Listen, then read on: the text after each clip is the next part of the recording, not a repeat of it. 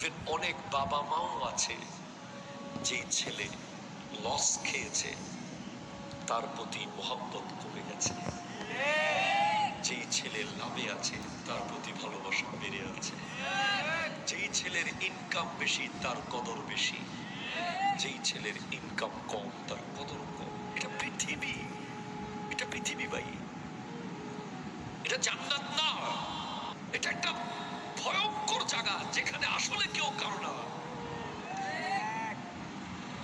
Ultimately ভূমিকম্প যখন হয়েছে, আপনি কি আব্বা বলে ডেকেছেন না মা বলে ডেকেছেন না আল্লাহ বলে ডেকেছেন?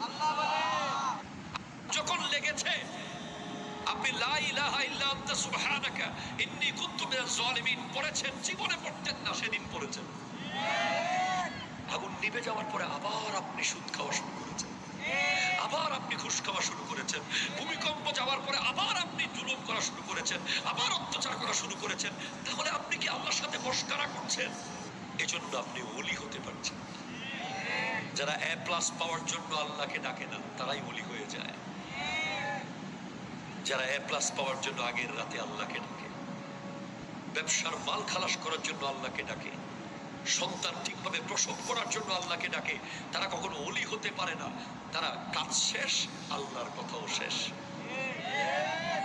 এজন্য আল্লাহকে ভালোবেসে না কাছে আসতে, দুঃখগুলো আল্লাহকে বলেন, চাই নামাজের সিজদায় গিয়ে বলেন, আল্লাহ আমার তো আর কেউ নাই, তুমি তো আমাকে বানিয়েছো, তুমি তো অনেক মানুষকে একদিন পরে পৃথিবী থেকে নিয়ে গেছো, অনেক মানুষকে 3 দিন পরে পৃথিবী থেকে নিয়ে গেছো, আমাকে তুমি এতদিন যখন রেখেছো, আমার এই কষ্ট তুমি দূর করে দাও।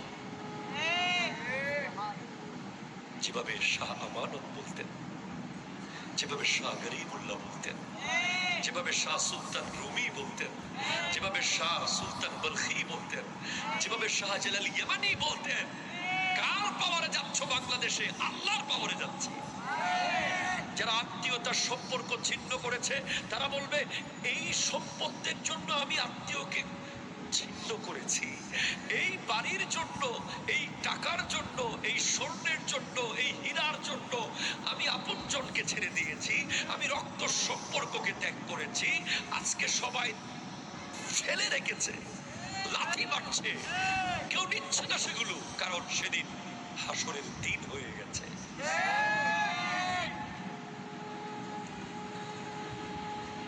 হায় হায় হায় হায়, আমি আপনাকে কোরআন বলছি,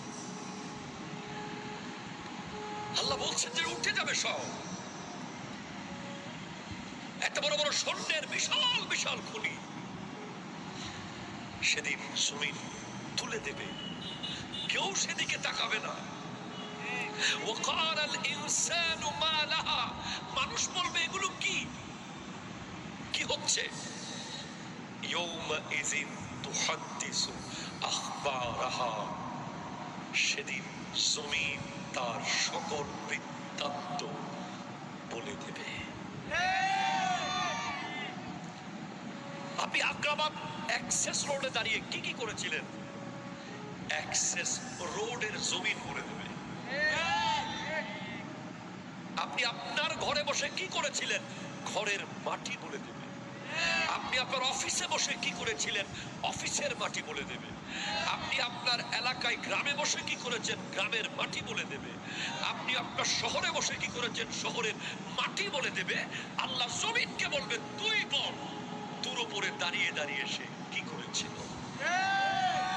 এই মুহূর্তে পৃথিবীতে 3 ক্যাটাগরির মানুষ আমাদের সামনে রেখেছেন।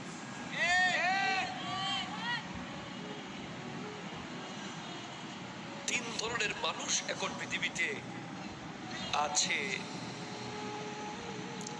যাদের এক দলের ভিতরেও আমরা নাই। এক ক্যাটাগরির মানুষ আছে চট্টগ্রাম মেডিকেল কলেজ হসপিটালের 12 নম্বর ওয়ার্ডে, এই আগ্রাবাদের এই সুন্দর চাকচিক্য জীবন, গাড়ি বাড়ি, বিশাল আজিম উশান যে দুনিয়াবি আকাঙ্ক্ষা, এগুলো কিছুই তাদের কাছে নাই, তারা শুধু চাচ্ছে একটু নিঃশ্বাস ফেলতে। কথা বলেন ঠিক কিনা? কথা বলেন। আপনি আমার মাহফিলে বসেছেন, ঠিক আছে, আমি এখনো আপনাকে মাহফিলে বসেছেন মনে করছি না, তাই আমি এখনো ওয়াজে যাচ্ছি না। আমি এখনো আপনাকে ট্রাই করছি যে আপনি আসলে আগামী কতক্ষণ থাকতে পারবেন। এজন্য আমি আপনাকে বুঝাচ্ছি যে আপনি কে। এই মুহূর্তে যারা অক্সিজেন মাস্ক পরে আছে, যাদের এখন 6 তলা বাড়ির কোনো ইচ্ছা নাই, যাদের রেঞ্জ রোভার গাড়ির কোনো ইচ্ছা এখন নাই, যাদের সামনে 10,000 কোটি টাকার বান্ডিল ফেলে রাখলেও তাদের ওদিকে মন যাবে না, তারা শুধু চাচ্ছে একটু নিঃশ্বাস ফেলতে। প্রথম ক্যাটাগরি তারা। 2 নম্বর ক্যাটাগরি হচ্ছে যারা এখন কোনো একটা জায়গায় বসে হয়তো গীবত করছে, অথবা মাদক আসক্ত হচ্ছে, অথবা জুয়ার আড্ডায় সময় কাটাচ্ছে, অথবা বাবা মার অবাধ্য হয়ে এই মুহূর্তে বাবা মার সাথে বেয়াদবি করছে, অথবা কোরআন সুন্নাহ বিরোধী কোনো কাজের সাথে লিপ্ত আছে, তারা এক ক্যাটাগরি। আর 3 নম্বর ক্যাটাগরি হচ্ছে যারা এই মুহূর্তে আশেপাশের কোনো কবরস্থানে আছে, যারা চাচ্ছে সেখান থেকে আর একবার যদি যেতে পারতাম অ্যাক্সেস রোডের মাহফিলে, একটি বার নবীজির দরুদ পড়তাম, একটা বার আল্লাহু বলে জিকির করতাম। এই 3 ক্যাটাগরি 3 কারণে সুযোগ পাচ্ছে না।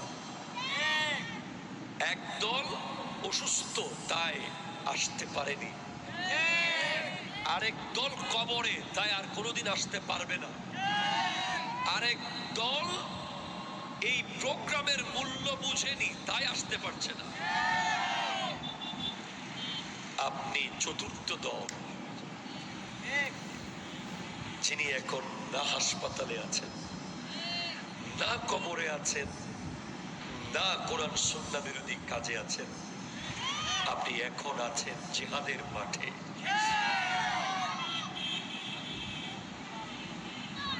আপনি হাজার শয়তানের সাথে যুদ্ধ করে